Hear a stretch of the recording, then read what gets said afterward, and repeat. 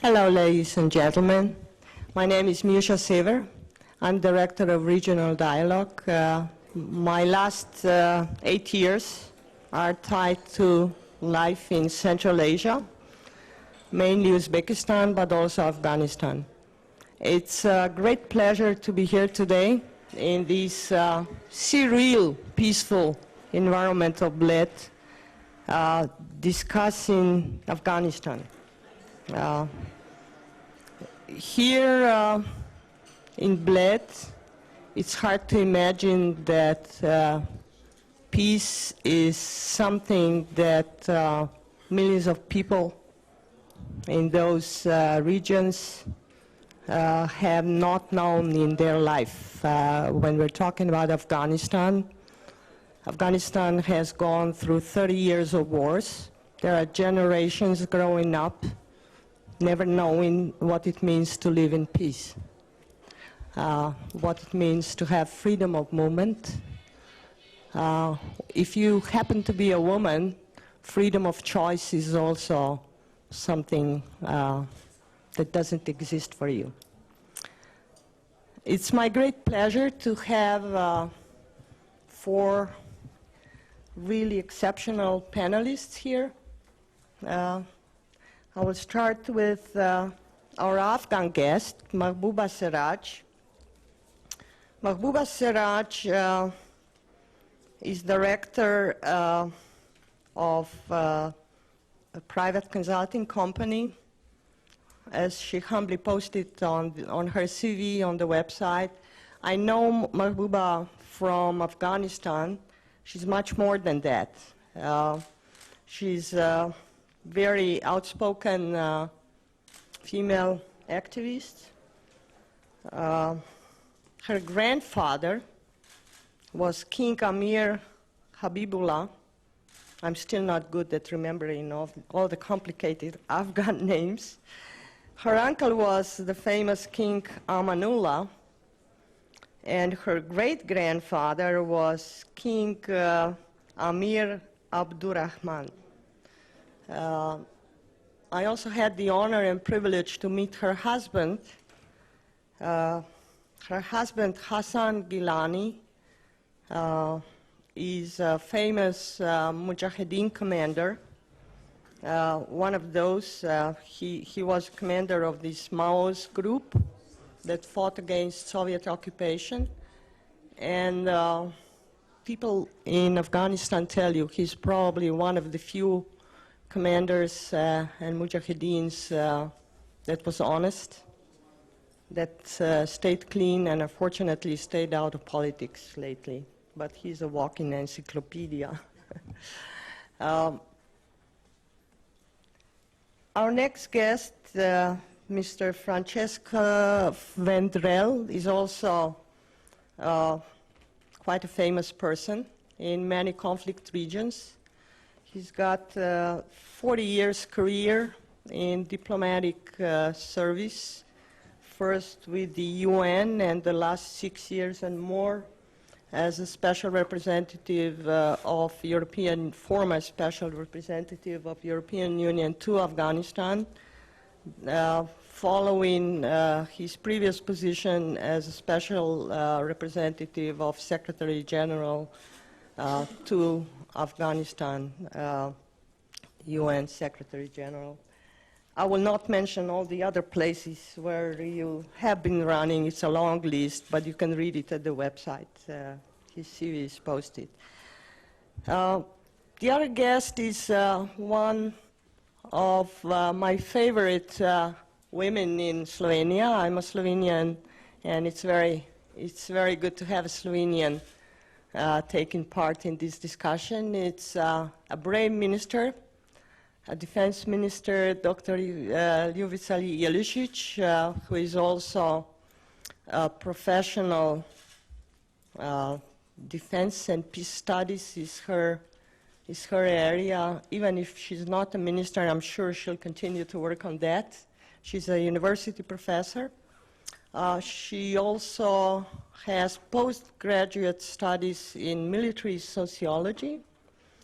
And talking to other NATO ministers or officials, I learned she's very highly respected among her NATO colleagues. And I know it's not easy to be a defense minister of a NATO country when you talk about Afghanistan. And I think it's really interesting that in times like these, it's women taking these positions. So I'm looking forward to your participation. And I'm very happy we also have a Pakistani representative, Dr. Sarfraz Khan. I have to check the first name because I know several Khans. Professor Dr. Sarfraz Khan is Director of Area Study Center for Central Asia at Peshawar University. We had a long talk yesterday. I warned him he might be put on a hot seat today. We also discovered we met before in Uzbekistan at a conference on Afghanistan and the regional challenges. So it's a pleasure to have him here. And I'm looking forward to this panel, and I hope the discussion will be lively. I have to warn you, I'll keep it out of internal domestic Slovenian issues, because Afghanistan goes way beyond that. So you can handle that in the parliament or anywhere else. I will not take that on the panel today. Tomorrow is going to be 10 years anniversary of 9/11. We all know it started a whole new life for all of us anywhere. It brought 10 years of changes into global perception. Depending which region you come from, the problems take a different shape. There's a lot of blame game going on. We might hear some of it today too. But I do want to focus on restoring Afghanistan, on looking into the future. And I think our guest today can, with your help, and I hope the discussions will be lively, can try to brainstorm what can be done. I listened to one panel yesterday. I'm not really good at sitting at these panels. The power of future. I do believe that the change needs to come. The change how we perceive each other, how we deal with each other, and what we can offer and what we can humbly take from each other. I think that's coming. Afghanistan is a big story in that. The region it covers, it borders on, is a big story in that. And I think we should all try to humbly listen to each other, to try to move to a different future. I would like to start with one guest that does come out of Afghanistan. She came here to this beautiful place on Thursday. Mahbouba, how does it feel to be Afghan in Afghanistan today? Please share with us. Thank you very much for having me here. I'm really honored to be amongst all of these wonderful people and just give you a little bit of a picture of my country, Afghanistan, where it is and where it's going, and what has been happening in the past 10 years there. I actually arrived here on Thursday after a long stays in all different airports. I cannot tell you what a wonderful, I was telling my friends that I actually last night could hear the sound of silence. It was so wonderfully peaceful. Afghanistan, unfortunately, is no longer peaceful. I don't think people in Afghanistan really have known what is the meaning of peace in many years. The worst thing about this whole situation is that, unfortunately, Afghanistan of today, where we are, to tell you the honest truth, and I'm sorry to say that, because especially there are so many lives that have been lost. There's so much money that was spent in that country. But Afghanistan of today, in reality, is not a much better place than what it was 10 years ago. 10 years ago, Afghanistan was a tattered, destroyed country, no doubt about it. But at the same time, what we had in those days, we had hopes, and we had a hope for the future of our country. Today, however, with the way everything is going, we live in an absolute time of uncertainty. We really don't know what is going to be happening in Afghanistan, or the world for that matter, after the 2014 when everybody is going to leave. Because as I was hearing it from our partners that Mabuba, the train had started to move, so there is no stopping it. The world is going to leave Afghanistan. What is going to be happening, we don't know. There is so much uncertainty that is going on in Afghanistan that I don't think anybody, the partners, whoever is there, the United States, the NATO, I don't think anybody really has an answer. What is going to be happening in Afghanistan after they're gone? But the one thing I have noticed, and it's really happening, and I cannot tell you how much that is painful for all of us, the Afghans, is the fact that everybody is trying their darnest best to get out of Afghanistan as fast as they can. It's like we have become this hot potato that nobody can hold us anymore. And it's just, they're dropping us. And whatever is being done, whether there are deals that are being made, whether there are talks, I don't even know what they are. I don't even know what kind of a compromises we are going to be making, or the world is going to be making, in order to make this thing possible. We are very uncertain. We really don't know what is happening. We are very fearful, especially the women of Afghanistan. The women of Afghanistan, they are extremely fearful because of what they have gained, which is one of the very few gains of what Afghanistan has actually obtained. And it's the press of that country, and it's the women. And today, they are both at the verge of losing. We are ready to lose both of these. We are not ready, but we are going to be. What is going to be happening to the women of Afghanistan? I have no idea. We are fighting for every single seat that we are taking in the parliament, in representing the women, in representing the population of Afghanistan. We are more than 50%, believe it or not, in that country.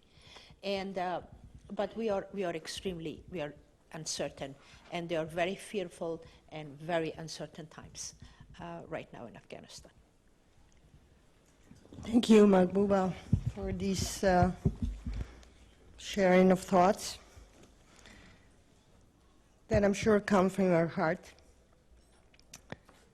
Yeah, that's the what I will bring for you here as far as the information is concerned, and I want everybody to know I am no expert in anything, to tell you the honest truth. I am an expert in being an Afghan and living in a country that, you know, what has been happening, and I've been absolutely a witness of it from day one all the way until now. I see what is going on. I see how the world is you know, treating Afghanistan.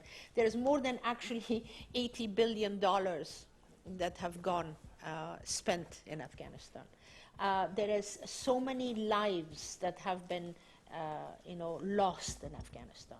I'm just wondering what the world really is going to say, is going to turn around and say, well, after 10 years in Afghanistan, after losing all of these lives, after spending all of this money, which nobody can even give an account of 20% of it today, we are leaving Afghanistan.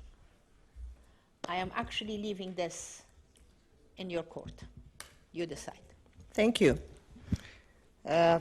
You mentioned the costs. Since, what was it, October 7th, 2001, at 5:20, 3,000 missiles and bombs were launched at Afghanistan from the Gulf. from ships and submarines. Since then, the cost of war in Afghanistan, I have just the U.S. cost of war, and I could hardly read the numbers. It's 452 trillion US dollars, almost 453 trillion US dollars. Simple calculation shows you that's 38 billion per month. I was not able to track complex cost of all NATO investments because they are part of member countries' budgets usually. That's one part of it. The other part is the death toll. The death toll that we track, the Westerners, of course, includes Western lives lost. I believe the updated number is 2705. Inside Afghanistan, outside, those dying from the wounds occurring in Afghanistan is another 1678. The highest rate in these, of course, goes to U.S. Military and civilian personnel. The second are the British, then France. Canadians are the second, I apologize. Then Brits, France, Germany, and Denmark. I was surprised. Maybe not. And so on. Except for Slovenians, which are still the lucky ones. I believe their quota is 90 staff inside, mostly military personnel inside Afghanistan. Being a small country, that's quite a number. I wanted to get these numbers over with before we move to Mr. Vendrell, who actually represents the Western community here, or international community engaged in Afghanistan. What is your perception about where we stand today, 10 years after the West has re-engaged in Afghanistan? Well, I remember when I first visited Afghanistan in early 2000 as the UN envoy, and I remember in writing to headquarters that Kabul reminded me of what must have been like in Dresden or in Berlin after the war. But I added one fact too. I said, but unlike Germany in the late 40s, there is no hope amongst the Afghans. Afghans at that time had no hope. They used to come to me asking why the international community did not intervene, whereas we were intervening in Kosovo or in East Timor or in other places. It's 9 years ago, there was hope. And it is very worrying and very sad, and I fear that I have to agree with Mr. Raj, that today in Afghanistan there is very little hope. Perhaps it's not as bad as in 2000, but certainly there is a tremendous fear about the future. And why are we in this situation? And I think very quickly, I just want to say, first, the international intervention, particularly that led by the US, was initially welcomed by the Afghans. It gave them hope. But there were a series of failures that and I'm talking not with hindsight, but because these are failures that I pointed out from the very beginning, both when I was at the UN and more importantly during the 6 years when I was the EU envoy. Pointed them out does not mean that I was necessarily listened. The first mistake was a decision in the UN to go for a light footprint in Afghanistan. At that time, the Afghans wanted a heavy footprint by the UN, not by the US, to bring the country to normality. The decision to go for a light footprint meant that in a way, coupled with another slogan that sounded very appealing, it should be an Afghan-led process. Now, I remember saying at the Bonn conference, what do we exactly mean by an Afghan-led process? Who are these Afghans who are going to lead the process. They're certainly not legitimate Afghans. They're probably going to be the warlords who have taken over 2/3 of the country. And that exactly is what happened. So it was a catchy slogan that was first partly mendacious. At the moment, for example, President Karzai is calling for an end to night raids, but night raids by NATO continue. So it is mendacious. But at the same time, it is populist without being necessary, by suggesting that there is an Afghan leadership that we can listen to. True, there is more of an Afghan leadership today than there was in 2001, but as I'll mention in a minute, the institutions in Afghanistan have become deeply flawed. Now, I think I think there was a total failure by the US and by the international community to clarify what the objectives were in Afghanistan.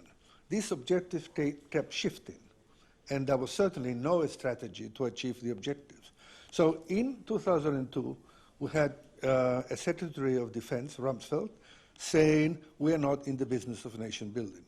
Later on, it was, by 2004, it was realized that you could not make Afghanistan safe from the Taliban, or particularly safe from Al-Qaeda, unless you built up a country, until you did nation building. Then, to my enormous surprise, and I must say great sadness, comes President Obama and reverts to a policy of not nation building. We are not in the business of nation building. We are not there. We want the girls to go to school, but that's not the reason why we're there. We're only there to fight the Taliban. There's been this constant discussion whether the objectives are counter-terrorist, whether the strategy should be counter-terrorist or should be counter-insurgency. In fact, it's always been, in the last couple of years, counter-terrorist.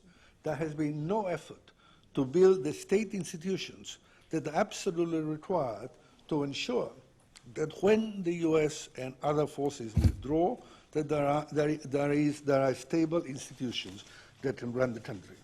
The army, which is the one obsession that the United States has had in building numbers and numbers, and I say numbers because I think there's been much greater emphasis on quantity than on quality. The army, despite being enormous, it still has only less than 2% of southern Pashtuns in the army. And that is going to lead to major problems in the future.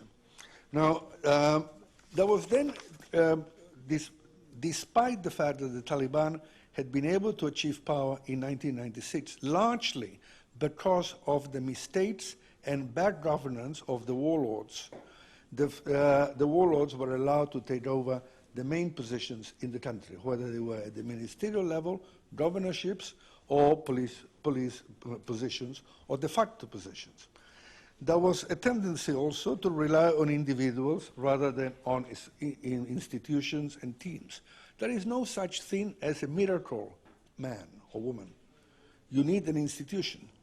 And now, when this miracle person turned out to be not to be just human, then of course the tendency has been to say, well, he is the cause of all the problems that the country is facing.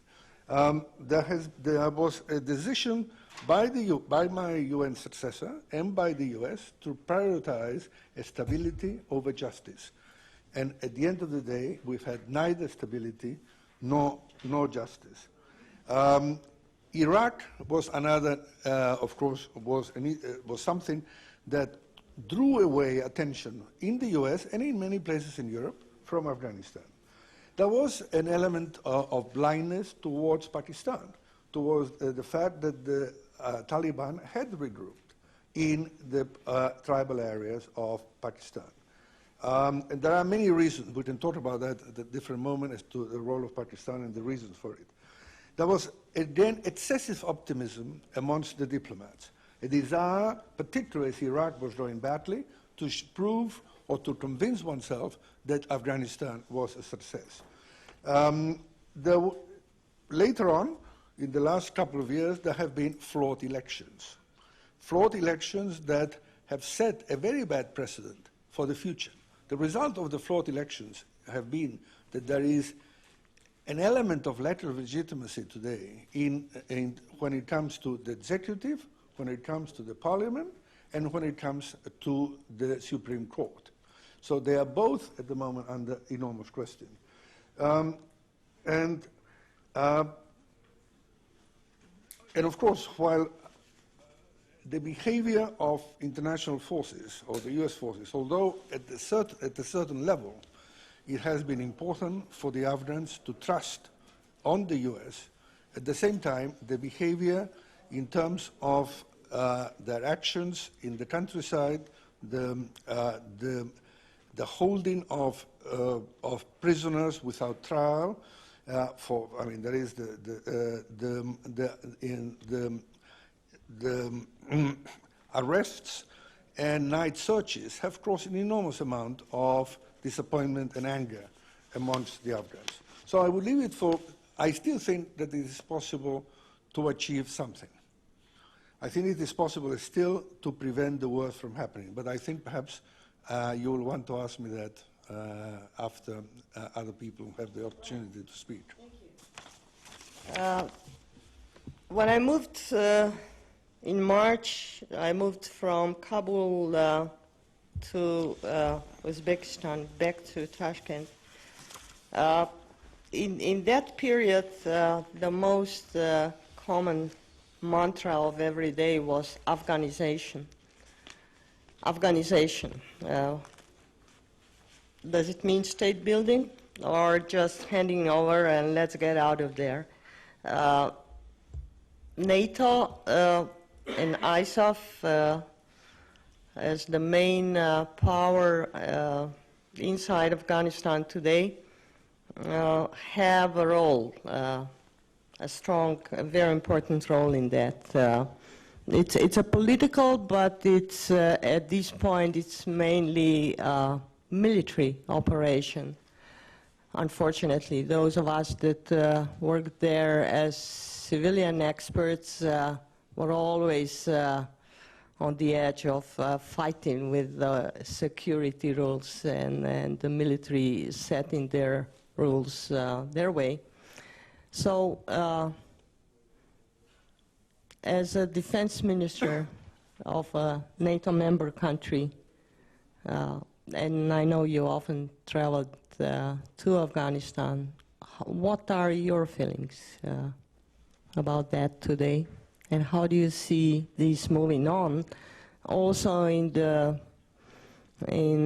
comparing these to very heated domestic discussions, not just in Slovenia, it's happening everywhere in Europe, it's happening in the States, it's happening in Canada.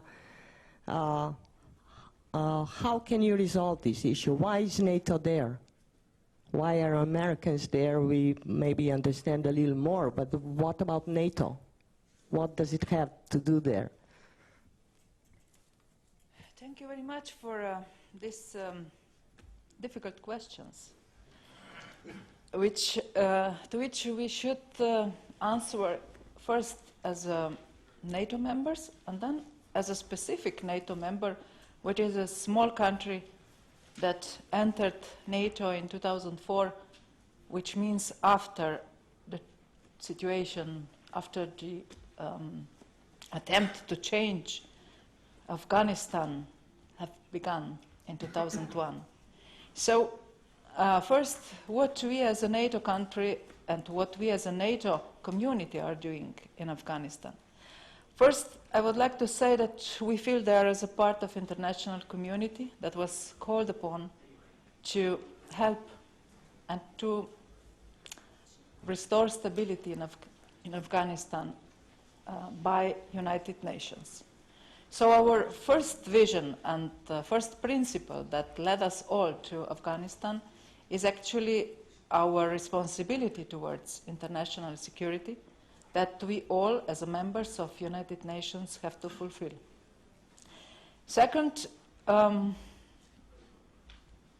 is somehow hidden in perspective of NATO countries or their own image that they are the only ones that can help nowadays in such complex situations. Reality is, and now where we are after 10 years, reality is that we, as many others before us, use a wrong tool to stabilize Afghanistan. When I say a wrong tool, I mean by that we thought all that it is possible to stabilize Afghanistan by military means only, by hard power. And we didn't understand that there were many tries, many attempts in history of different countries, including Soviet Union and British Empire and many others, who tried over history to teach Afghan people how to make their own way of life. And they didn't succeed. By military means not. Because Afghan people always find a specific counter tool, which we may call guerrilla forces or guerrilla counter fights. And wherever we are facing this same counter tool, we don't know how to go on. And here we come into Slovenian situation. Miusha, at the beginning you didn't tell one important information to our public, which I think should be mentioned today. You were the first Slovenian correspondent who sent a message of war in Slovenia 20 years ago to the world. And I'm mentioning this now because in Slovenia we are incredibly sensitive when it comes to question of fighting for independence. And nowadays, when we are looking as Slovene people to Afghanistan, we are always very careful about how these people in Afghanistan are looking at us. Do they see in us occupying force? Or they look at us as somebody that is bringing peace, stability, maybe some development aid, some hope, and so on. We would like to be those that are observed as the good ones. And whenever we come with a military force, we know that it is very difficult to be observed as the good ones. So now, after 10 years, I think we are facing dilemma how to go on with our military presence. And I would not agree with your perception that the world is now going out of Afghanistan and there will be an uncertain situation in 2014. Because what we as international community are actually preparing to do until 2014 is to exit with combat troops, exit with that military tool which for centuries was not successful in Afghanistan. What we are fully aware of is that we all will have to stay with development aid, with our instructions how to organize political system, how to organize a social system, how to help in developing, let it call a specific Afghan way of democracy, and so on. And the second lesson, which we didn't get in a proper way, is that we were coming with Western institutions and we didn't understand that in Afghanistan and maybe also in the countries around, there is another traditional social structure which actually has other answers to problems which we are seeing in your society. And for example, perception of time is something that is probably different. I mentioned before our situation in Slovenia 20 years ago. It was war for independence in Slovenia, was introduction to war in Western Balkans, to different armed conflicts. But after 20 years, we can say that there is peace in the Balkans, there is stability, not very balanced stability, but it is stability.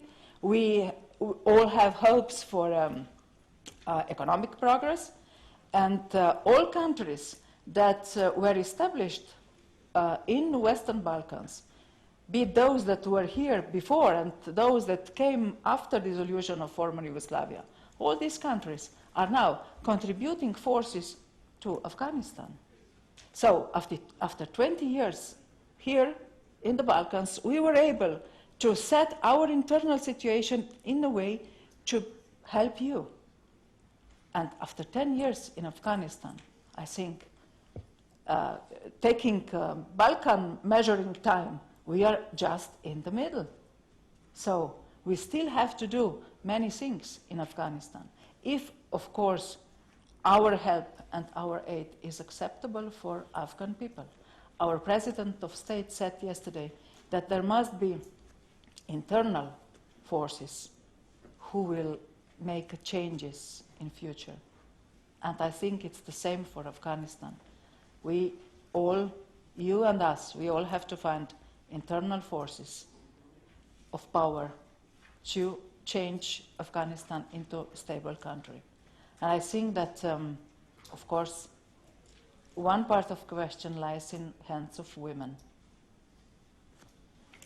Thank you. That's a good conclusion of introductory thoughts. The one problem that I faced there, for instance, since you mentioned we have to find the internal Afghan forces, illiteracy is one of the problems you bump into. I was shocked to hear only 12% of women are literate in Afghanistan. 46% of males are literate in Afghanistan. How do we deal with that? How do you train police to do their job when they are illiterate, not to mention all the prejudices they are burdened with? So it's quite a challenge. We can continue to talk about that in the second round. I do want to touch on our last guest, Professor Dr. Khan. And I warned you yesterday, I'm going to be very blunt in my question, why? Every Afghan I talked to expressed, pointed to Pakistan, actually. Pakistan is the one giving safe havens to all the extremists, to terrorist groups.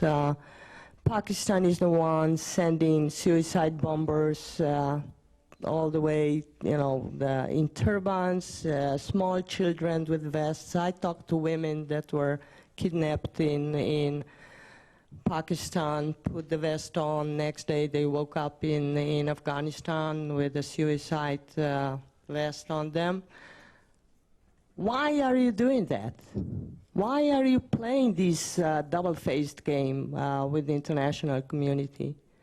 Bin Laden, living safely near your biggest arm base.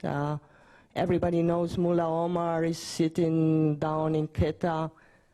Why are you doing this? Why are you so interested in keeping Afghanistan in a messy situation? Oh, thank you.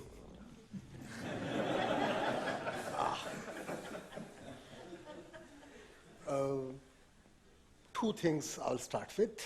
First time I went to Kabul, and don't forget I reside in Peshawar and teach there, which is a bordering town near Afghanistan, fourth largest town in Pakistan, capital of earlier Northwest Frontier Province, now Khyber Pakhtunkhwa province of Pakistan. And as a young man, age 17, 1975, my first visit to Kabul, not to Lahore, but to Kabul. Why?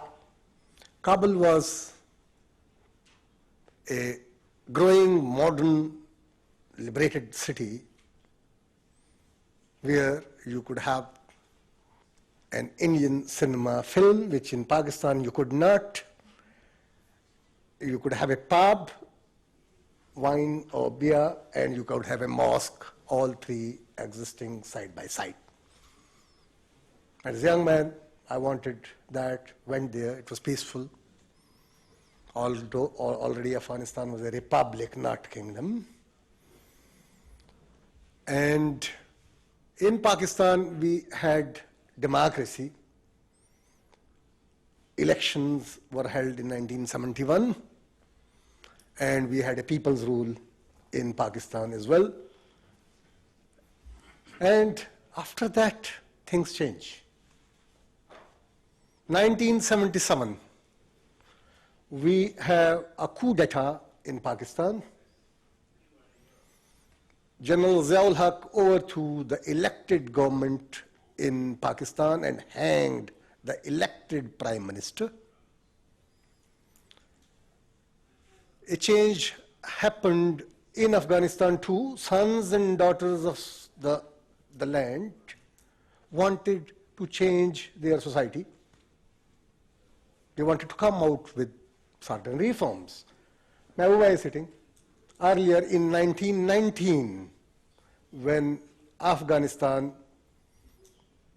wanted to have independence and reform, who stopped those? The British Empire, which was in India. Afghan society was yearning for reform, so did Pakistani society. The reforms were blocked in 1919, and Talib of that time, Bachaya Saqa, was imposed by the Britain on Afghanistan through Pakistan. Again, from Peshawar he went. 1977, again, sons and daughters of Afghanistan came out with a change, internal change in Afghanistan, overthrowing the ruler and coming out with reform agenda, banning sale of women, coming out with land reforms, 100% literacy they wanted. They wanted to educate their women like their predecessor in 1919, Ghazi Amanullah Khan. And the whole world united. We European too, led by the United States of America. You supported our dictator, General Ziaul Haq, and you supported those you call now the terrorists in Afghanistan to fight an enlightened regime in Afghanistan and to fight democratic forces in Pakistan.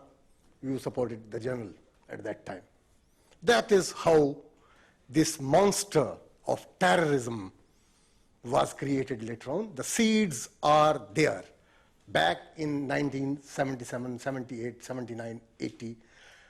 Unfortunately, by 1979, 25th December, former Soviet Union invaded Afghanistan. They invaded in support of the so-called revolution. They had agreement with Afghan government at that time. But the whole world, led by the United States of America and Pakistan, of course, a pivot, fought the revolutionary government in Afghanistan and the democratic forces in Pakistan. Hence, all sorts of terrorists, the predecessors of bin Laden, Ayman al-Zawahiri, and those who bombed later on the tower and all these things, they were brought. They were brought from Sudan. They were brought from Saudi Arabia. They were brought from Egypt.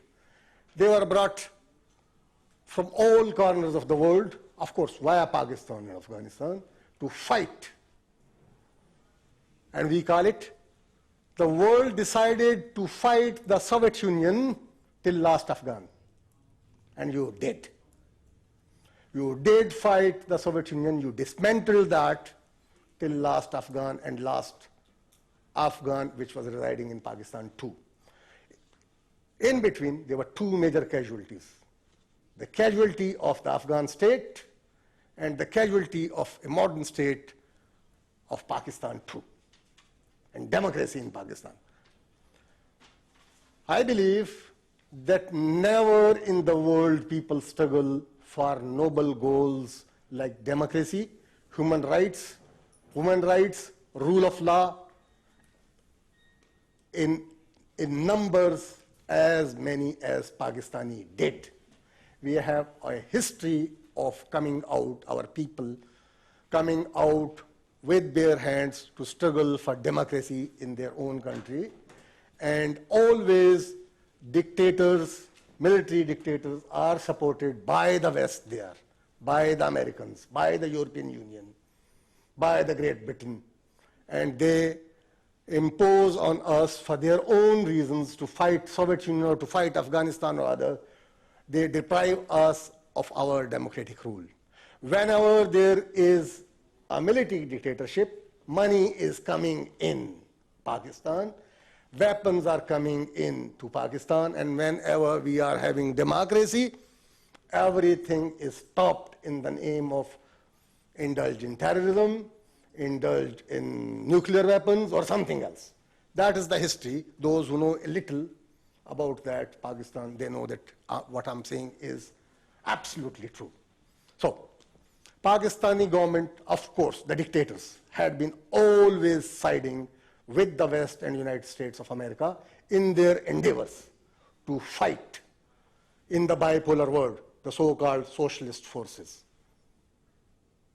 We have been dubbed, our governments have been dubbed lackeys of United States of America, and they have been joining CETO and CENTO, all those agreements which were extra-regional. They had nothing to do with our region, but we were involved in those to support our Western allies. And that's how a milieu in our country was created, where this country, led by most of the time military dictators, is somehow fighting its neighbors. Towards east, it is in permanent enmity with India, and it is fighting with them in Kashmir.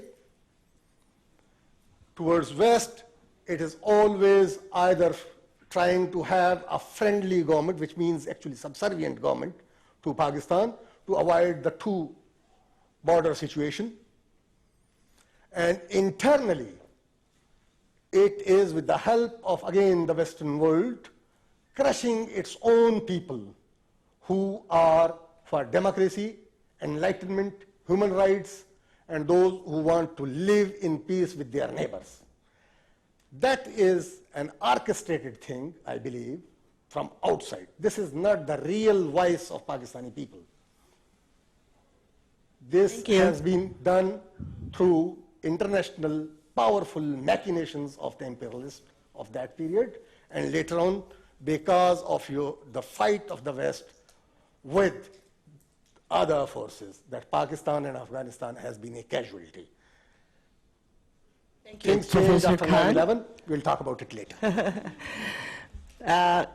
Thank you for this passionate explanation, and I appreciate your open talk yesterday when I asked you, when I was pressing you on these issues.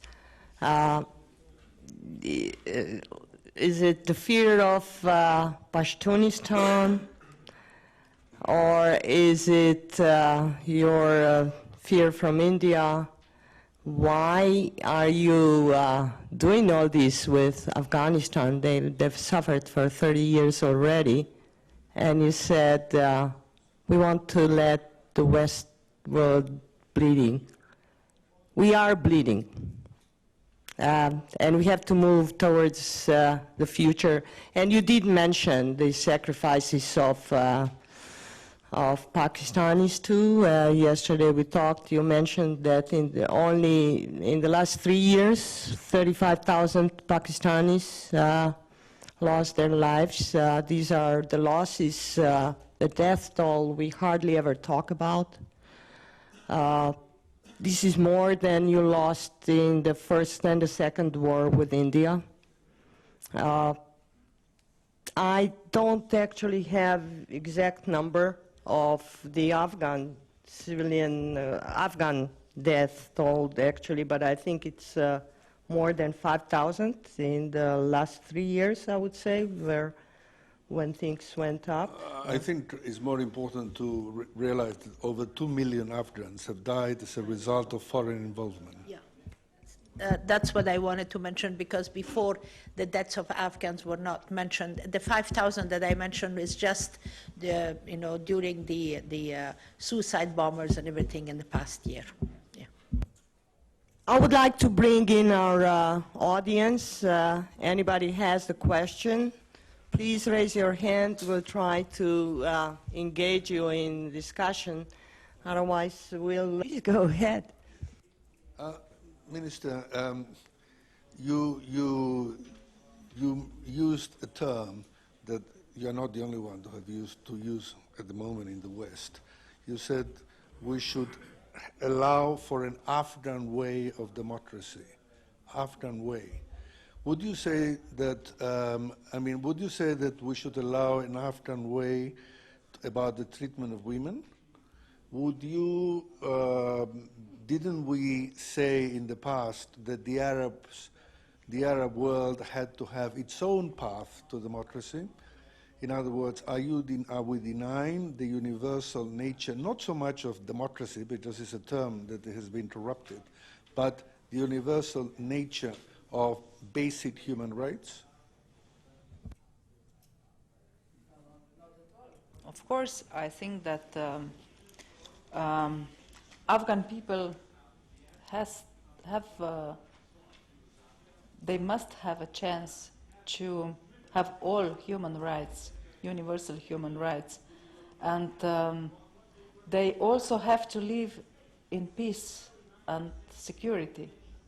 But we, the Westerns, we must understand that the way how do we would like to impose democracy on them is probably not the correct one. Because when we are bringing democracy, we come with military tools. And when we speak about democracy, we are also sacrificing some lives, not only ours, but also lives of those that should feel some human rights in Afghanistan. So, of course, there are some universal symbols and also rights and principles in the world. But it doesn't mean that we, the Westerners, are the ones who know everything about these human rights. Sometimes I think we should also listen to other nations. We should listen to the people that are oppressed, for example, in Afghanistan, and we should ask them what kind of help they would like to get from us, what kind of civilian aid, what kind of development aid they need.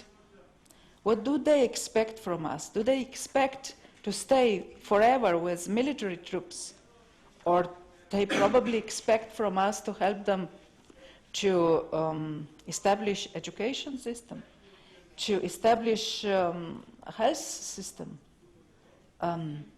transport facilities, and so on. Of course, we can help them in establishing all these things also by military means. We know that there is no progress without security, and security can be provided, or usually is provided, by military means. But this is not the only way, and this is not the only type of help that we can bring to Afghanistan.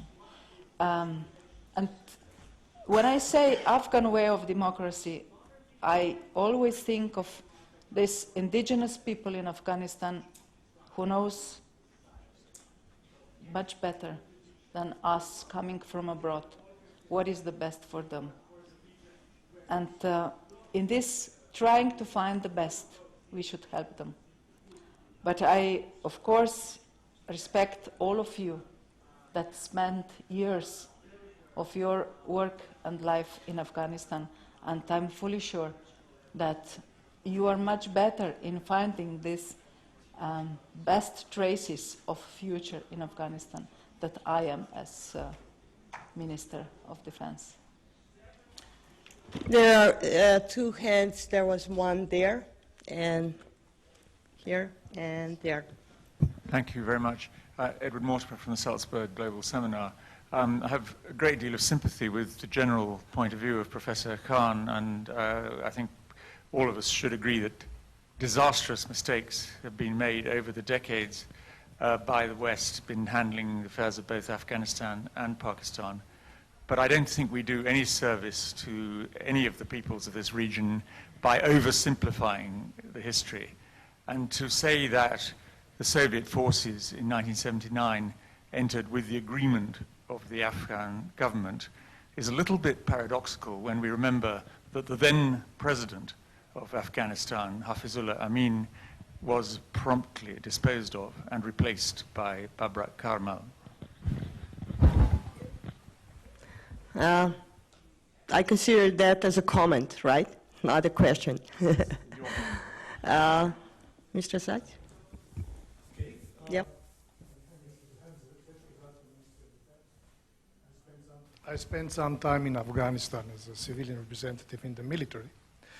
But I would like to thank you for the brief and, let's say, brave explanation about the history, although there's some facts might be disputable. But I'm always asking when I'm working with the Afghans why their time stopped in '72.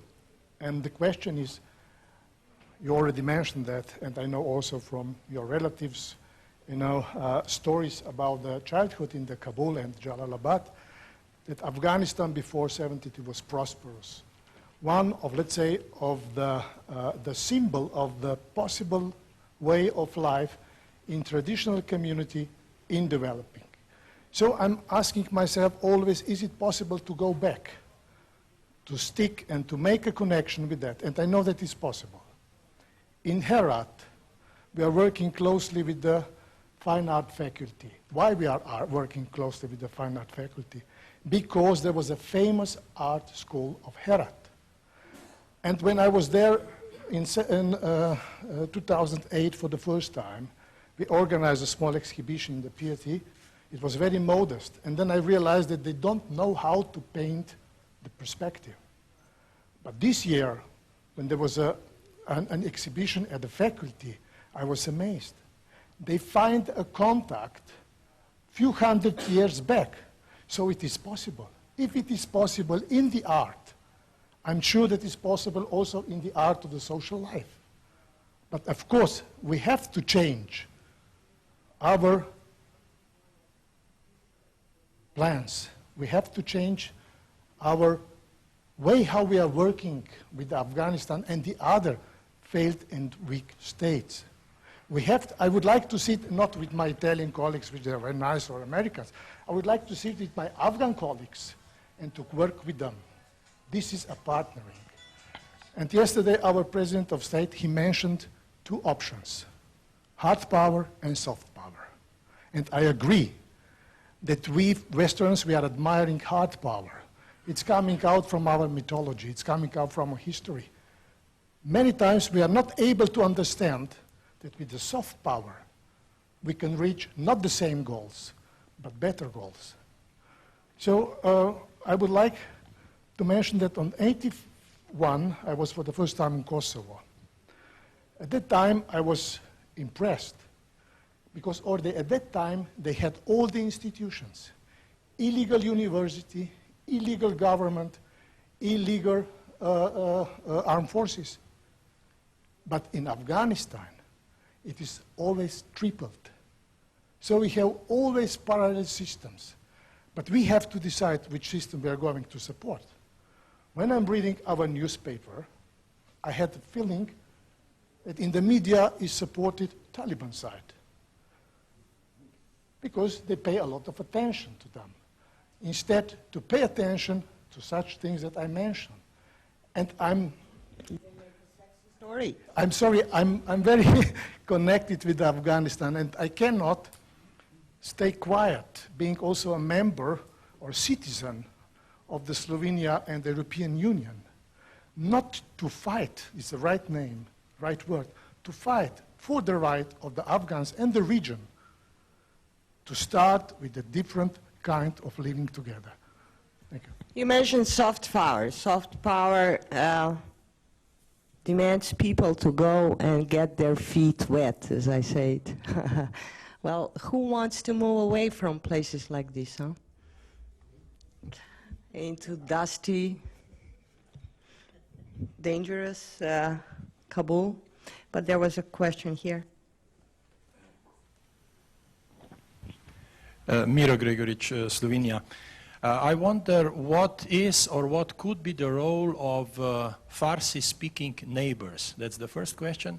And the second is, what is being done to substitute the profits from poppy seed growing, which has a lot of implications? Any particular panelists you want to address these two? Shall we start with the last one? Mr. Vendrell, could you answer the last one? Narcotics? Well, I must say, there again, there has been a complete fluctuation in the Western approach to narcotics in Afghanistan. Between 2001 and 2004, the US, which at that time was largely deployed all over the country rather than ISAF, paid very little attention to the issue of narcotics. And in fact, many of the people, of the warlords and commanders who were in place in Afghanistan became deeply involved in narcotics. In July 2004, following a review of policy in Washington, Washington went, as it often does, the opposite direction. It became obsessive about narcotics to the point that we Europeans, were, thanks to also the position taken by President Karzai, by many Afghans, we prevented the US from fumigating the poppy fields in Afghanistan. So at that time, between 2004 and 2008, the US obsession was really geared to narcotics.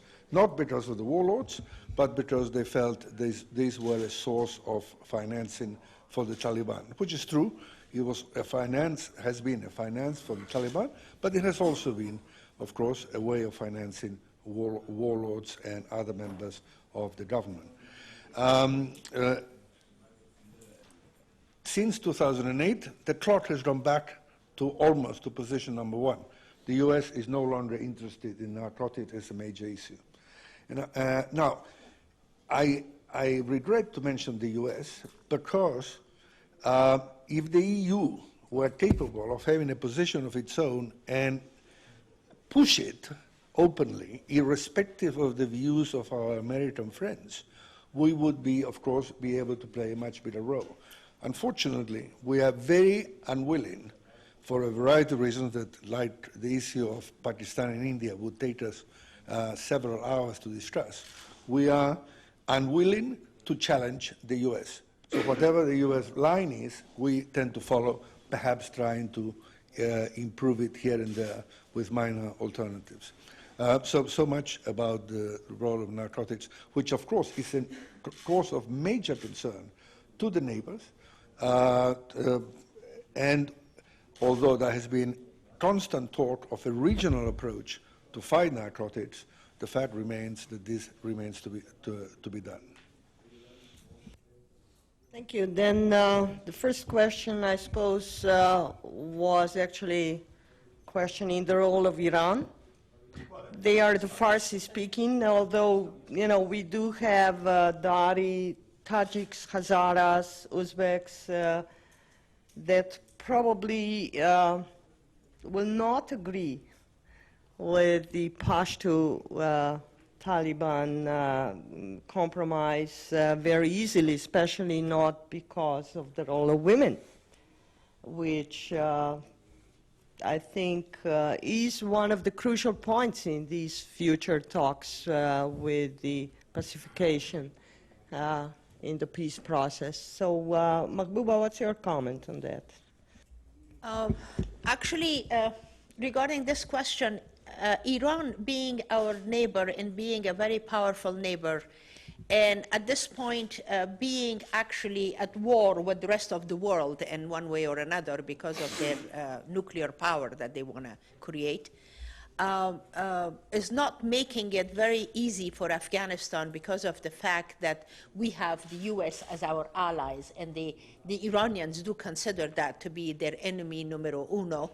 So they are not making life really very pleasant and very agreeable to us, because that's the place, the area where they're holding us, that, you know, you're our neighbor, but, you know, by the time, but as long as the US is here, we are not going to have any talks with you or anything, or, you know, something like that. So that leaves, you know, Iran in that situation, which is really a very difficult one for Afghanistan, because for the very simple fact that there's a lot of our refugees that are living in Iran. There's a lot of Afghans who are living in Iran.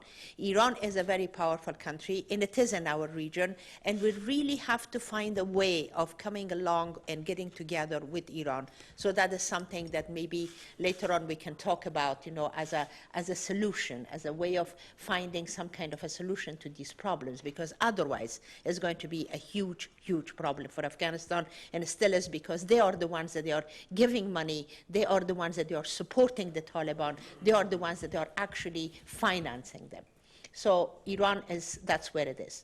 On the other hand, Tajikistan, because of the fact that the drugs from Afghanistan, you know, is going so freely towards the Uzbeks and the Tajiks, you know, that is really creating another problem as far as the drug trafficking is concerned. We are actually killing a lot of the Uzbeks and Tajiks in both of those areas because of our drug trafficking. So far, thank God, in Afghanistan, there is no drug mafia yet. So there is a lot of, you know, in every border, in every area that the drugs are being, you know, taken, everybody's taking their turn and their money. But what also it really, I'm very fearful of, is the fact that, you know, that can turn into the hands of the mafia. That can be a situation a lot worse than Colombia was in Afghanistan can become like that, because right now they don't have any facilities inside Afghanistan really to process, you know, these drugs the way they are supposed to. But then that can also happen. And at the same time, the warlords, the way they are, I mean, we have right now in Afghanistan, the NARC money is actually building half of Kabul. They are building it very ugly. They are building it very bad. They are making life really horrible for the people of that city. But then again, you know, they are the ones that they were left to do this. So the situation of our Farsi-speaking neighbors, as far as the problem of the, you know, ethnicity in Afghanistan between the Pashtuns and the Tajiks and the Uzbeks, to tell you the honest truth, we don't have so much of the problem as much as the world thinks we do. And then the world really thinks that we really do hate each other, which in reality amongst the people we don't. The people are getting along very fine. It's at the level of the government that sometimes that can create problems. And what we are working as the people who are inside Afghanistan, we are trying to hold off this part.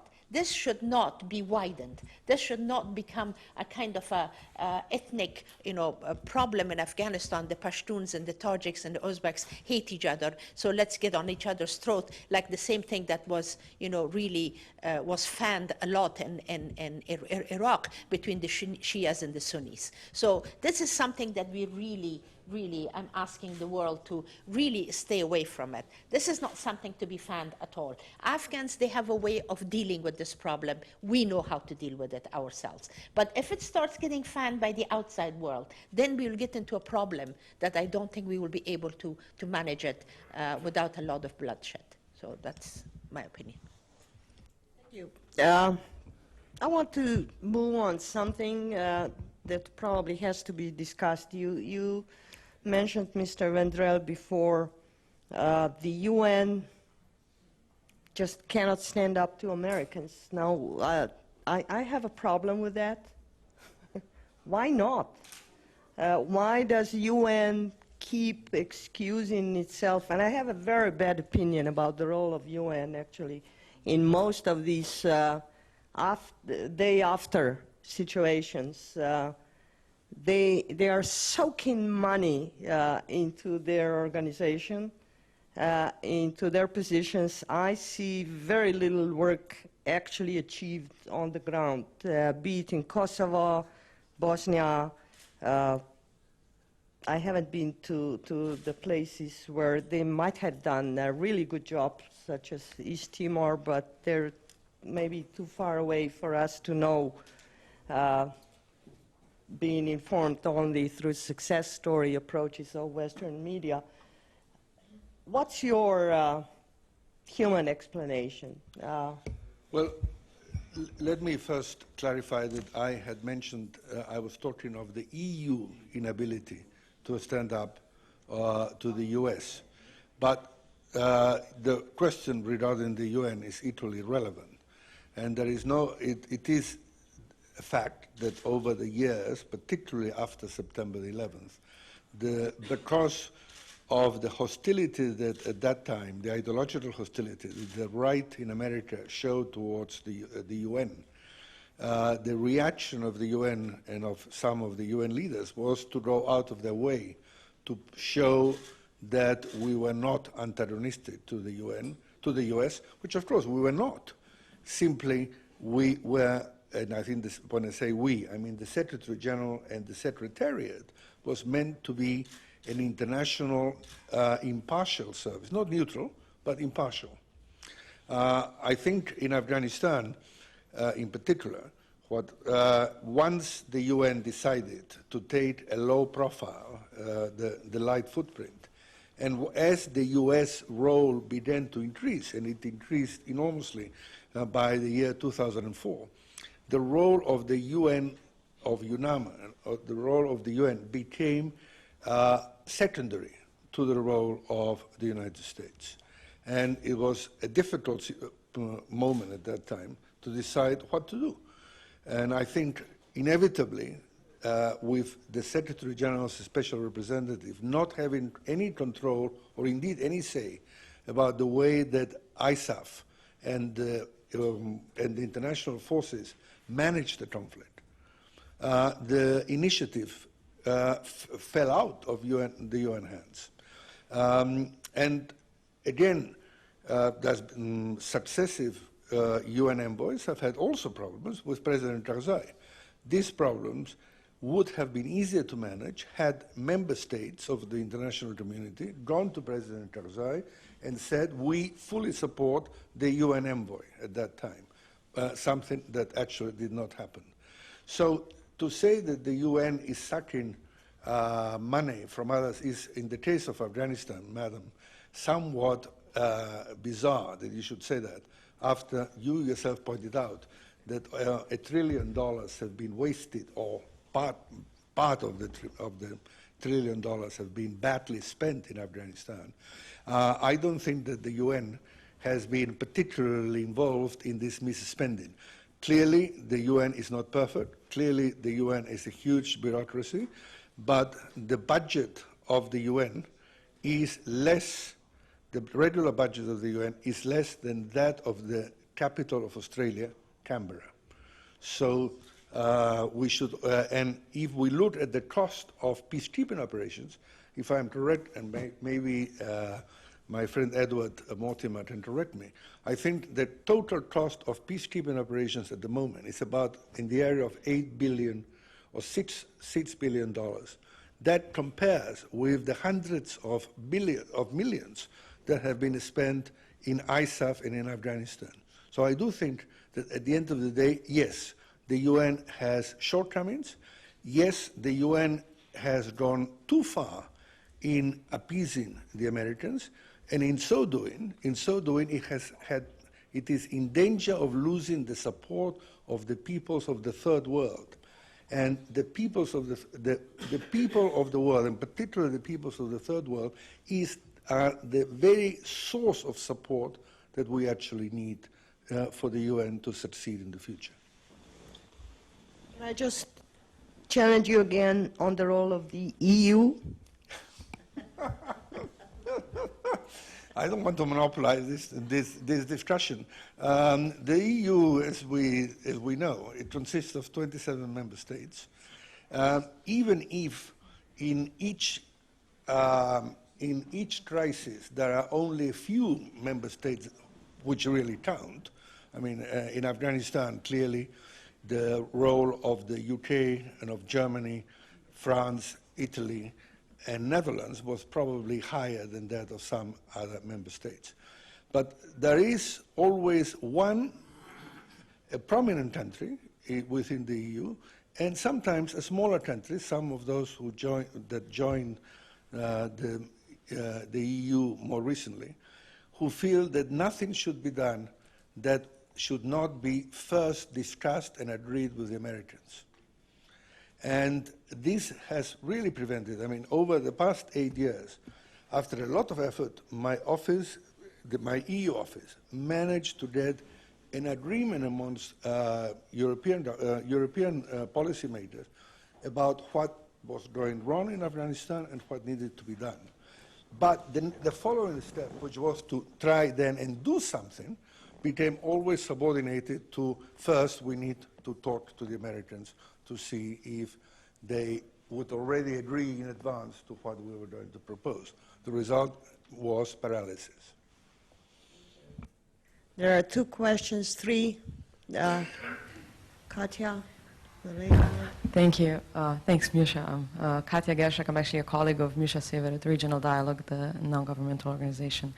I would like the panel to kind of, if we project forward in the next 10 years, to speculate or give your opinion on how do you believe the role of NATO will look like in Afghanistan or generally in the region in the next 10 years, or what it should be. And secondly, for Pakistan, I would like to address a question to you. What do you think, what would be your ideal situation in 10 years with regards to your role in in Afghanistan and the region?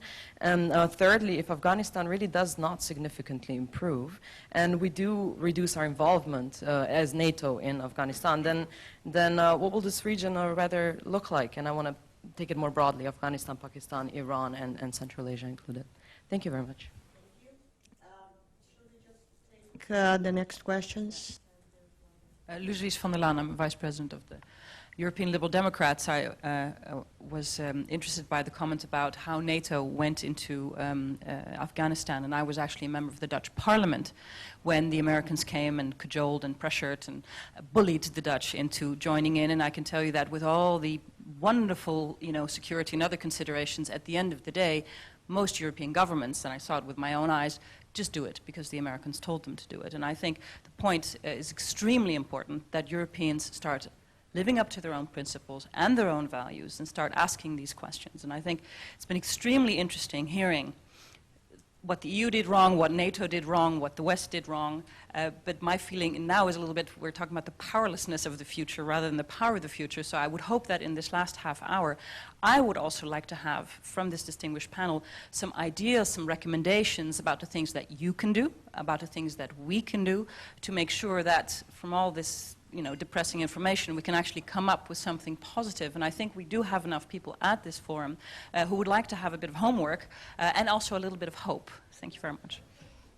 Thank you. There was one more hand there. Hi, Mansa Yuvan, I'm a photographer. I've been working in Afghanistan for several years, and I have a question which may sound quite naive, but a couple of days ago when there was literacy days, I was in a primary school with 10-year-olds, and one of them asked me, why is there so many wars in Afghanistan? I mean, I would like to hear from each one of you, why Afghanistan has been the center for more than 30 years of all international involvements and interventions. And another one, if we have been speaking about nation building, and up to now, as far as I know actually. There's no basic economic infrastructure in Afghanistan. How could have we been speaking about nation building in Afghanistan at all? Thank you. Where do we start? Shall we start with the NATO? Okay, thank you. There were many different ideas and questions regarding NATO's role in the future and now in Afghanistan. And what I would like to say, as far as NATO is concerned, first is that we have a specific principle in NATO that is called burden sharing. And sometimes, even when you can't see for the first glance what is your role in one specific operation, you should, as a member of NATO alliance, join that operation because of sharing the same burden, sharing the same problem, or trying to find the solution to the same problem. So this is also a part of the answer to question of how come that all NATO members are nowadays presented in Afghanistan, as are also all EU members presented in Afghanistan. Of course, with different kind of tools.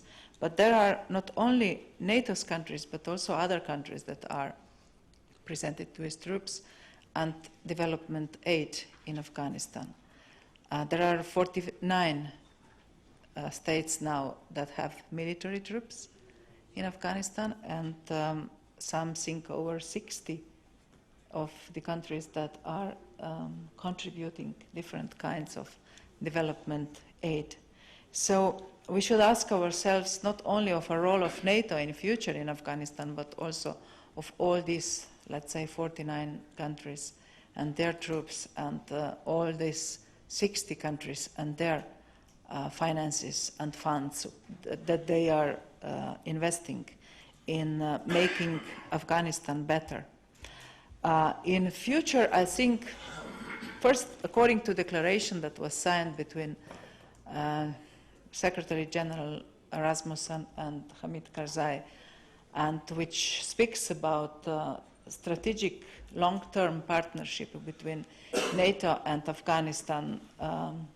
According to that declaration, the role of NATO in Afghanistan will stay mainly connected with the questions of mentoring and instructing Afghan nation security forces, which means that NATO will probably continue mainly with trying to build up one specific pillar of nation building, and that is military and other kinds of security forces, be it federal police, be it regional police or provincial police, and so on. When I say one part of, or one pillar of nation building, I think that as far as our view, Western's view on what are main pillars of nation building is concerned, then we always see army or military as one of those most disciplined, most organized institutions in which we can put together or mix people of different origins, of different social statuses, of different ethnicities, and even of different genders.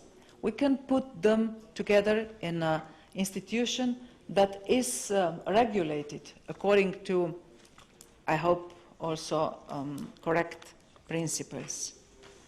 And here I see also something that is connected with the question of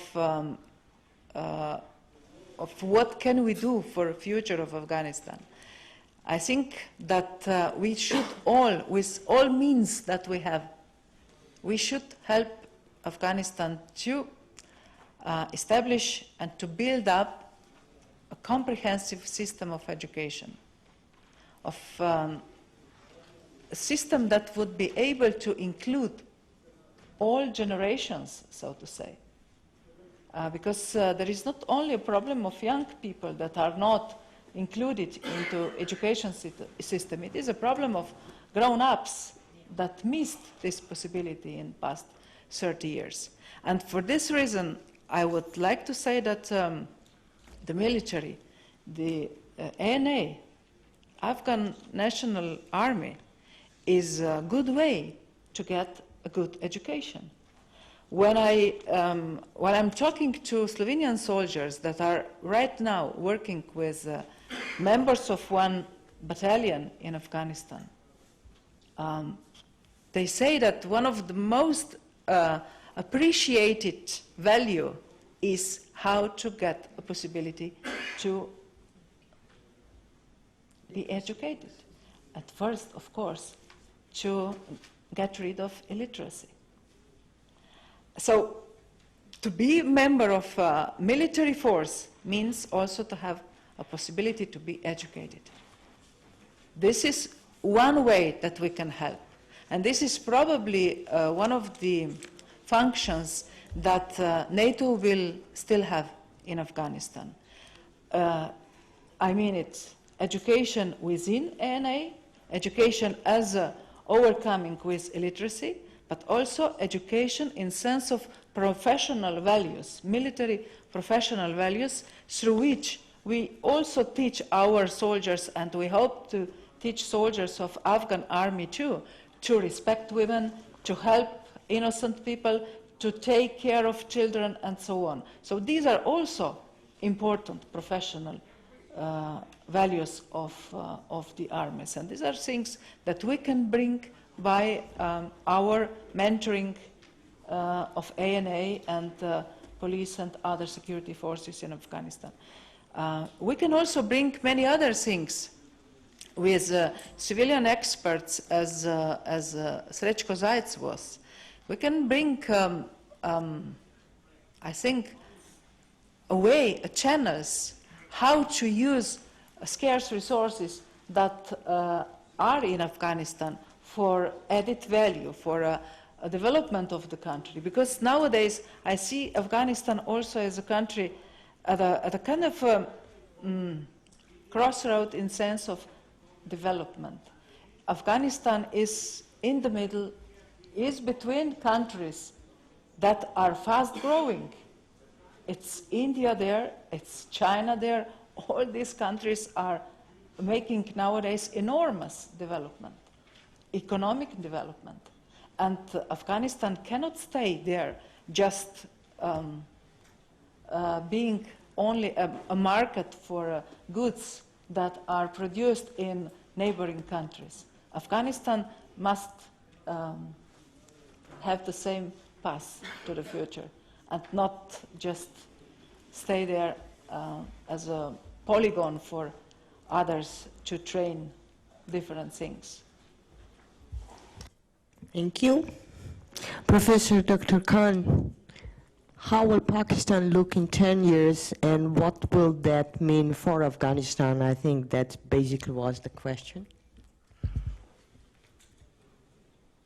We have got ridden of the dictator which was propped up by the West there, supported war in Afghanistan, who was playing a double game with the West but was the darling of the West because he carried dog. We have restored democracy in our country, and there is enormous pressure on our army to be subservient to the civilian government. They are not very used to that idea. We are trying to make them subservient to our parliament, elected parliament, and mind it, in Pakistan at this moment, two mainstream political parties which are democratic in their credentials and which are for peace in the region. That is Pakistan People's Party, the party of our slain, popular, beloved leaders, Ms. Benazir Bhutto, and party of the Awami National Party, the frontier Gandhi, who introduced amongst Pushtun the idea of non-violence, and that party is carrying that banner till today. So this coalition government has come out with a few things. Number one, we have come out with 18th constitutional amendment, which means devolution of power from the federal system to the provinces. And mind it, there was a question coming out consistently. Pakistan has 4 provinces. One where I reside is Khyber Pakhtunkhwa, where Pushtun live. And Afghanistan, again, is at least half of the population is ethnic Pushtun. There had been in the past a very real danger that Pakistani Pushtun, in the eyes of the establishment of our country, especially the army, they were considered traitors pro-Afghanistan who wanted an independent Pushtun country. Similarly, when Soviet Union was there and the world was divided into a bipolar world, at that time it was thought that Soviet Union was supporting the Pushtunistan cause of the Pushtuns. So that was a friction and source that Pakistani establishment was poking their nose in Afghanistan much, and they were trying to, apart from other reasons, because Western money was coming, they were also interested in destroying Afghanistan's institution so that Pakistan is not dismembered. So we have come out with constitutional arrangement now that power is devolved to the provinces, to the Pushtuns and other provinces, and we are happy about that. The whole country is happy about that, that we are having a right step in the right direction of having a genuine federation, which means less trouble in Afghanistan because of our Pushtun card or their Pushtun card. One. Things are gone a little better in that sense that we are trying to control our army, that they should not pose their nose in Afghanistan. They should not try to make Afghanistan their 5th province. Rather, Afghanistan is an independent country which should choose their own future. Similarly, when these things are there, I feel that the structures which were created during the Cold War and which were actually promoting terrorism in the region, they are not fully dismantled yet. Suppose I give one example when we are talking about education. The University of Nebraska created a syllabus at that time for Afghan refugees in Pakistan during the 80s, and the alphabet they used to teach Pashto and Dari to the children, Afghan children in Pakistan, and later on Pakistani children as well, were such that instead of A, apple, that is Alif, apple, Alif, Islam, and B is banduk, that is a gun. And arithmetic was taught like this, that 2 Kalashnikov plus 2 Kalashnikov make 4 Kalashnikov. Then subtraction was taught like that. 8 Soviet soldiers were there, 6 were killed by Mujahideen, 2 left. So I think that many of those who are right now in Afghanistan holding power in their hand, which they call jang salars or power or warlords, they have been trained in that milieu.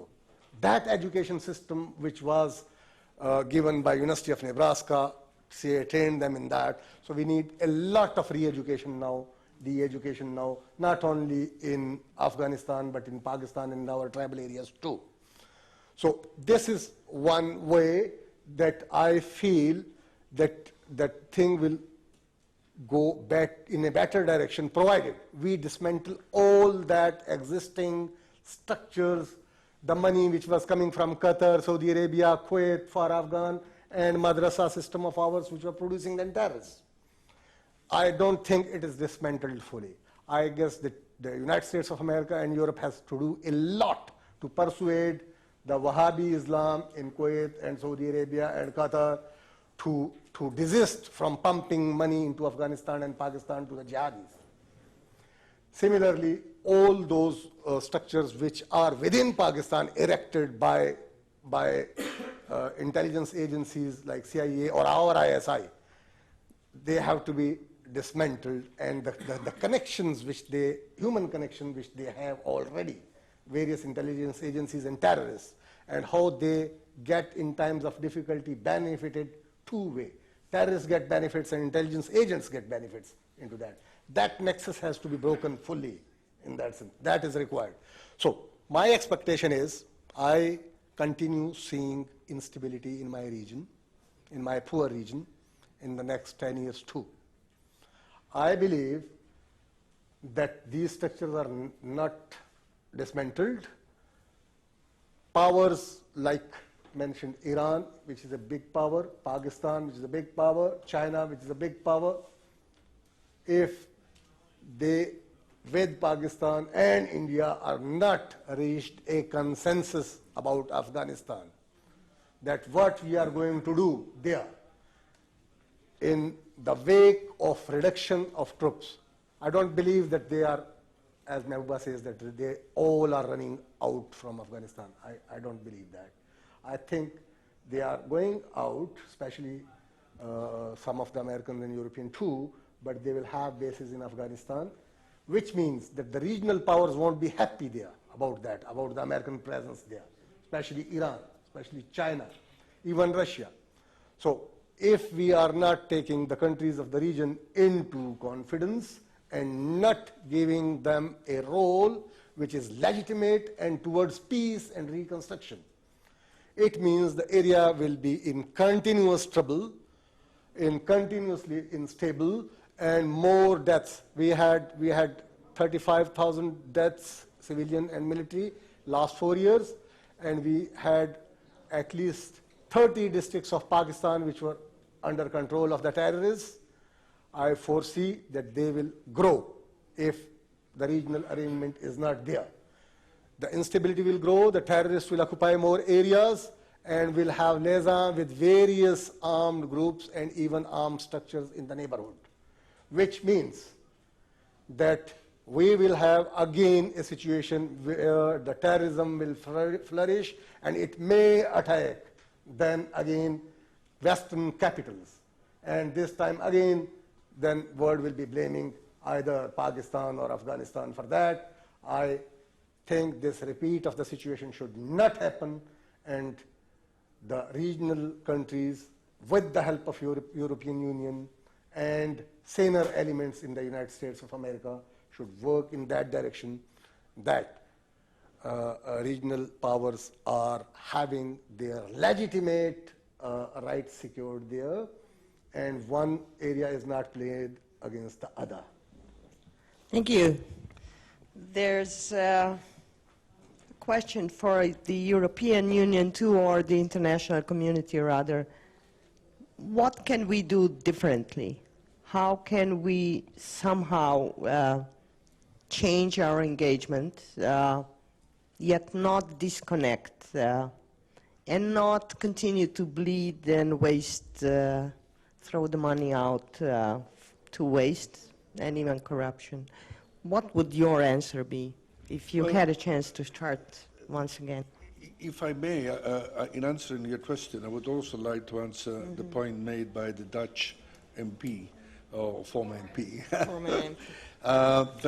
which is a little bit seeing what can be rescued in Afghanistan in this, at the 11th hour, which is where we are now.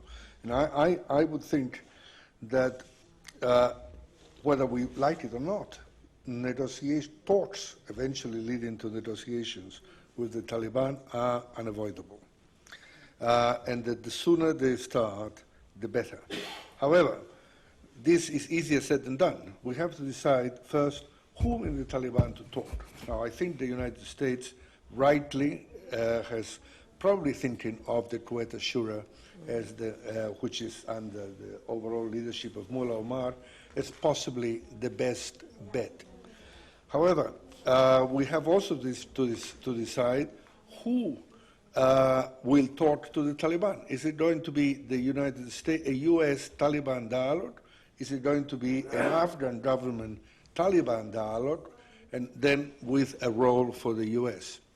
Third, the Afghan government at the moment does not have the consensus of the political class in Afghanistan to negotiate with the Taliban.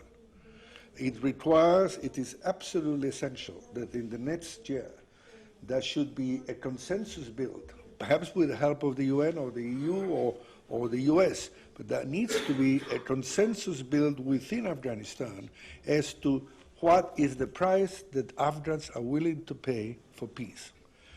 Afghans undoubtedly want peace. The question we don't know is what is the price they're willing to pay, and what are the red lines that ought to be in people's minds about concessions that will not be made to the Taliban at a negotiating table.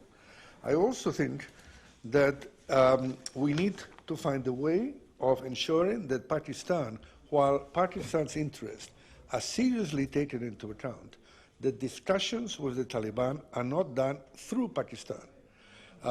In other words, I think, as the Century Foundation report recommended a few months ago, I think it would be best if the Taliban were able to have a liaison office in a third country where they could talk more freely.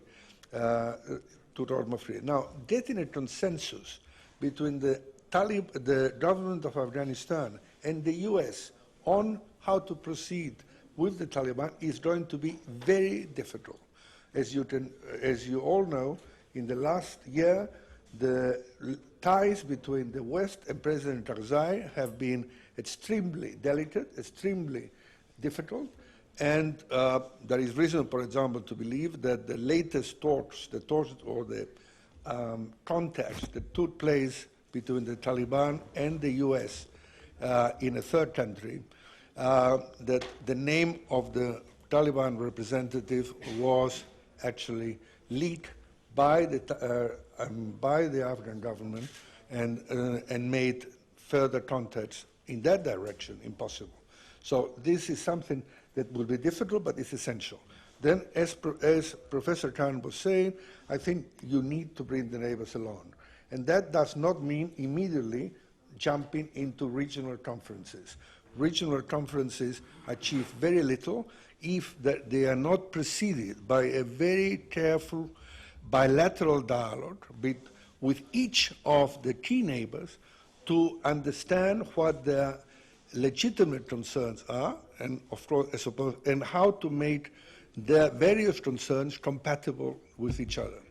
And I think that needs to be done before you go to a conference of neighbors, because it's very easy in a conference of neighbors for all of them to sign on the dotted line that they will do the right things while continuing to do the same.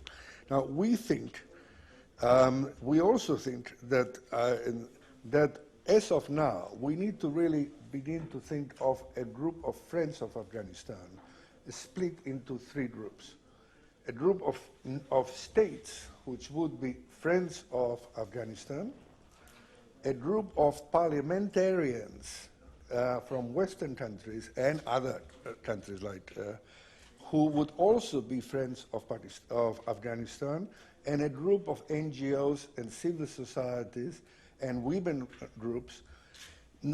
Those three groups of friends would be there to ensure that the gains, and some gains have been achieved over the past 10 years, that the gains achieved over the past 10 years are not squandered, that a minimum of civil freedoms and political rights remains, that an element of freedom of expression remains, that elections, hopefully fairer than the ones that have recently taken place, do occur, and also to ensure that women's rights are not sold out at such a table. If this means that in due course, eventually, you might have a neutral Afghanistan, and I think some Afghans don't like foreigners to mention this, but I do think that in due course, it may be necessary to have a neutral Afghanistan that enters into a series of bilateral or regional commitments with neighbors in terms of not using their territory to undermine the national security interests of the others. That's would be, in a short bit, trying to answer the very good question put by our Dutch friend. I would just, I see your hand, but I would just add one important area. While you mentioned, I think this is a great idea, and this is a new idea. Group of friends. You did mention some very important areas. I would add the judiciary system. From my feelings, not much has been done in this area, and it looks, you know, from the point where both genders should have equal role, that is practically non-existent, and that is hard. It's hard to move forward in any nation building if that is lacking. But thank you. I think this was a great comment. There is a few points I really would like to make here. And if what you said, Mr. Vandrell, is really, is hopefully is what you were asking for as far as the hope is concerned. Because I know exactly what you're talking about. We are in a position right now that honestly, if I don't get some hope from somewhere, I don't know what's going to happen to us. First of all, I want to go to Mr. Khan. I just wanted to say something about you, sir. I was really ready to absolutely, God only knows, do what to you over here. But you, with the way you approached everything, I hope there's a lot more people like you in Pakistan, because that is the only way we can actually really do something about the problem that is going on.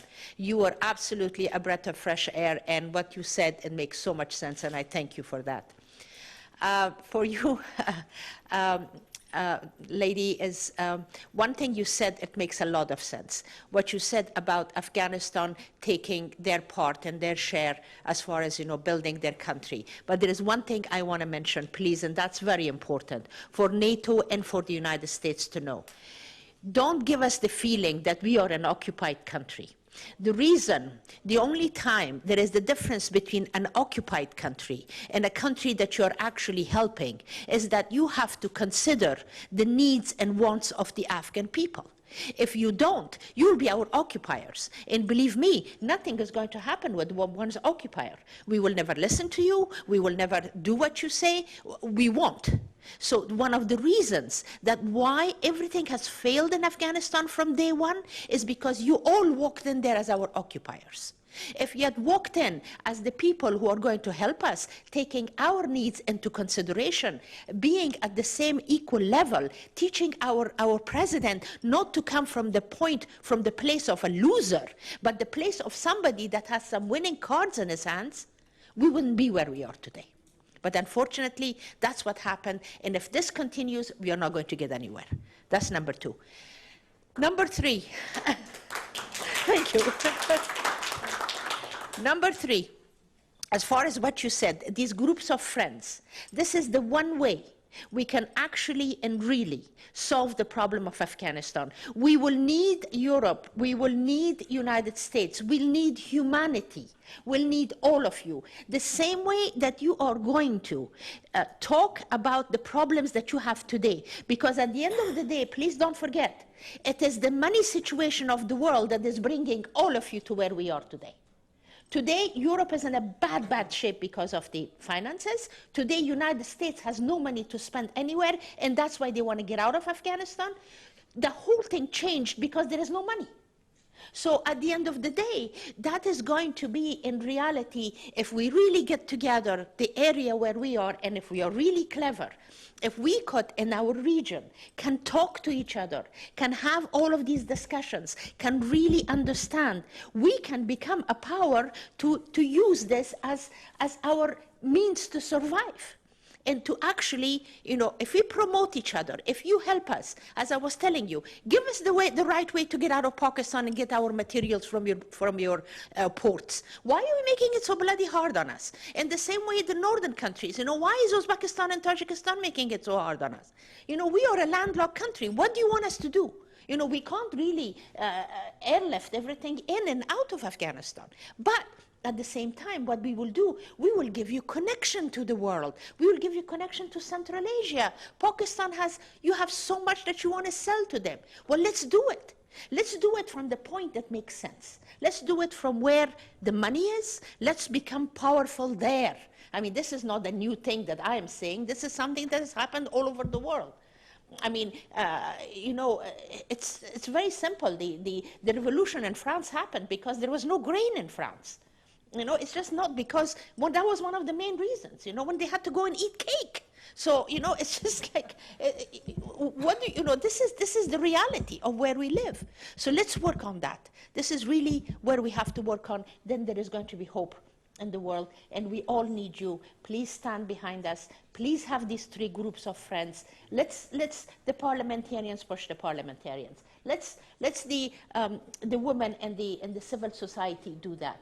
You know, civil society is the only Afghan game going in Afghanistan that has been created by the Afghans and is working very well. Believe me. Let's make that strong.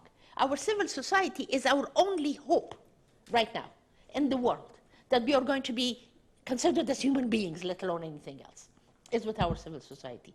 So let's help them. And thank you. Thank you, Mahbouba. We talked about civil society and non-state actors and the failure of state actors in some cases. I do want two more questions there. There was, sir. Yeah, I would just like to put a complementary question. I think that Professor Khan opened a fantastic avenue, and that is consensus. It's a miracle in the conflict in the region. If you don't have a consensus, we have seen from the recent experience that it doesn't work. But now the umbrella under which the operations are taken, they are in a way, I don't know exactly, probably the panelists know better, bypassing the system that is established by the Security Council, by the Charter of the UN, by the Chapter 7, peace and stability by all means. And now, I don't know what was the thinking or what is the thinking of the panelists. Do you think that you will have support for future actions and to the exit strategy and to getting consensus for Afghanistan with the NATO in charge, where NATO is probably, but I don't know how it is perceived by China, because it's on the border, how it is perceived by Pakistan. I'm sure I know how it is perceived by Russia, because it's on the southern belly, and how it is perceived by Iran. So is there, and we didn't speak about that, is there maybe a part of a problem as well as part of the solution? Question. Let's take both. Thank you very much, Jure Rifel from Slovenia. I will just have one question, a very concrete one, related to this regional cooperation. How would you assess, especially Madam Siraj and you, Professor Khan, the project of this pipeline going from Central Asia through Afghanistan to Pakistan and further to India? What value do you see, added value in terms of stability, economic and political regional cooperation? Thank you.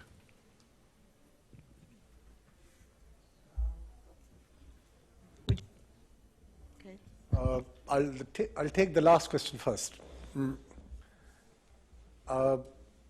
One of my students wrote an MPhil dissertation on oil and gas pipelines with me. I supervised him, so that's why I'm taking this last question first.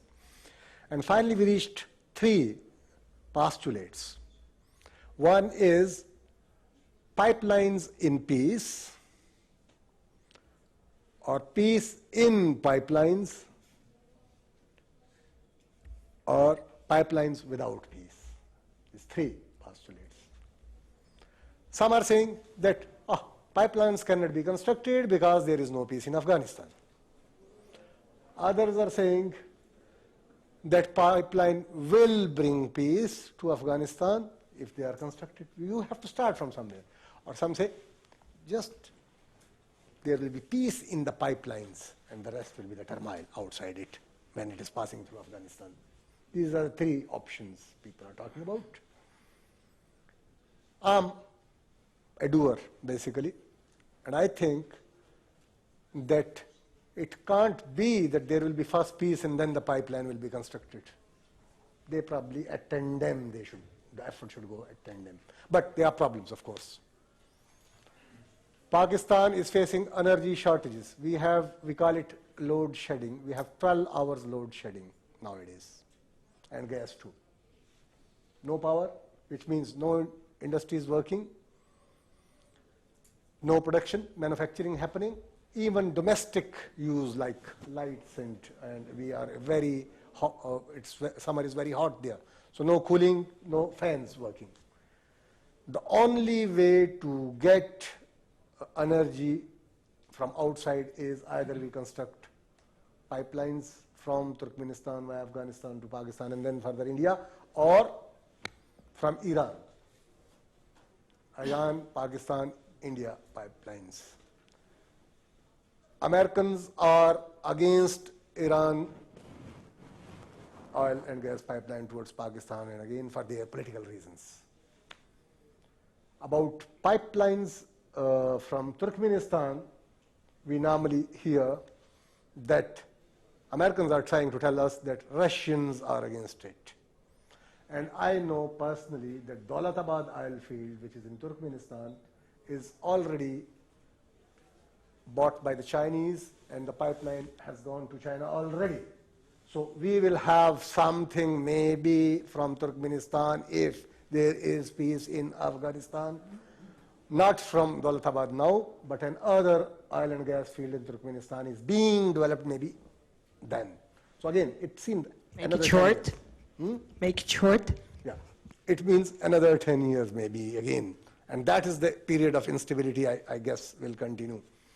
Two, Mauba says, yes, we have been granting, Pakistan has been granting always this transit trade facility to Afghanistan. Iran is also granting that. Afghans are very pleased when we are granting it, and they are comfortable, although at times it is more expensive, having trade through Pakistan. Recently, we have signed that Afghan goods can reach on the border of India via Pakistan, and our goods to Central Asia. The agreement is signed by Pakistan, Afghanistan, Central Asians. I hope it will be implemented soon. There are some hiccups. It's been signed for a while. Yeah, there are certain hiccups, but our political government is committed to that. They have signed it, the President and the Prime Minister. The government is not yet overthrown in Pakistan. Is not yet overthrown, and Pakistani government, the constitutional government, is standing by that. But if the adventurous in Pakistan take over, and there is no dearth of them, again, the West has to desist cooperating with them, like in the past they have been doing with them. Third, when we are talking about having something to do in terms of consensus in the regional powers and things like that, Pakistan is wearisome when we are talking about India. Otherwise, Pakistan is comfortable. When we are talking about Iran, we are talking about Uzbekistan, we are talking about China, Pakistan is comfortable. But whenever someone is talking for a bigger role for India, then Pakistan is wary. One has to understand that Pakistan has been using terrorist activity in Afghanistan to train its people to fight in Kashmir against India. That had been the nexus earlier. So we should be very careful. We should be very careful whenever we are playing Pakistan-India card in Afghanistan. That is a word of caution to the international community in that sense. Being a Pakistani, we know then the adventurists are powerful and they take over. Thank you. Thank you, Professor Khan. What's your view of comment on the question? I know that we are running out of time, but I would like to comment on the issue of NATO's role in future in the region. Or you said, is it NATO part of a problem or a part of solution? and maybe it would be better to put another gravity center of solutions. I think that NATO is actually executor of common decisions of the states that are members of NATO. Different NATO's mechanisms, like military and other mechanisms, are there to fulfill what states decided to do. And NATO is not a mechanism for political solutions. And what we were talking now about, for example, regional situation, consensus, these are all political issues. And we need another forum for discussions on political issues of Central Asia. In this sense, my feeling is that the UN should be much stronger player than it was until now. So we don't expect UN as a provider of UNAMA. We don't expect it as provider of peacekeeping cooperation. But what we would like to see in UN, also us from Slovenia, is that UN would again become a forum for political negotiations and bringing together all these countries that still feel and see UN as a place of some common universal principles of sovereignty, human rights, and so on. Sometimes I think we really miss a UN of past. I don't know if maybe it's a problem of some kind of a missing internal reshaping or reforms within UN that make us not believe and trust so much to UN as we did in past. But my personal feeling is that we should somehow re-establish the power of UN as a place of having global issues discussed and negotiated. Do you think European Union can give a push in that direction? Does it have the... I think the European Union can definitely give a push in terms of getting a greater UN involvement. I agree with the Minister that for the kind of, obviously the consensus amongst regional countries, the agreement between the US and the government of Afghanistan, the consensus inside Afghanistan's political and civil society is not going to happen out of the blue. It will require the patient work of what I still believe is unavoidably a UN envoy, not necessarily based in Kabul, but so someone entirely different, who would explore first and have contacts with all the various Afghan players, including the Taliban, contacts with the various regional players, and on the basis of this, design a table to proceed with talks with the Taliban, but of course bearing in mind and keeping the key players inside Afghanistan and the regional players constantly involved in and up to date. So you do need the UN. Now, in this, the Century Foundation published a report, I was a member of it, in April. Very much, there were about half of its members were American, both Republican and Democrat. One of the recommendations we made was the need for, particularly for a UN envoy.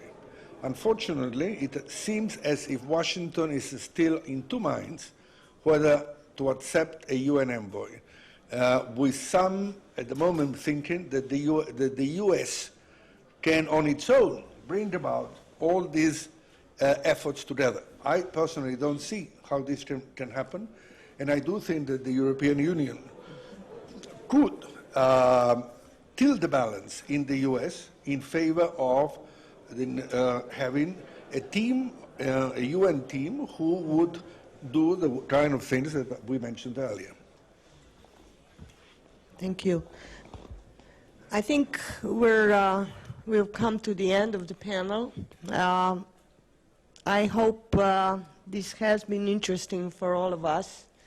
I do believe we do have some new ideas, but but it will take both Europeans, Americans, Asians to really start working together for a new future. But it can be done. I believe it can be done. Thank you very much, ladies and gentlemen.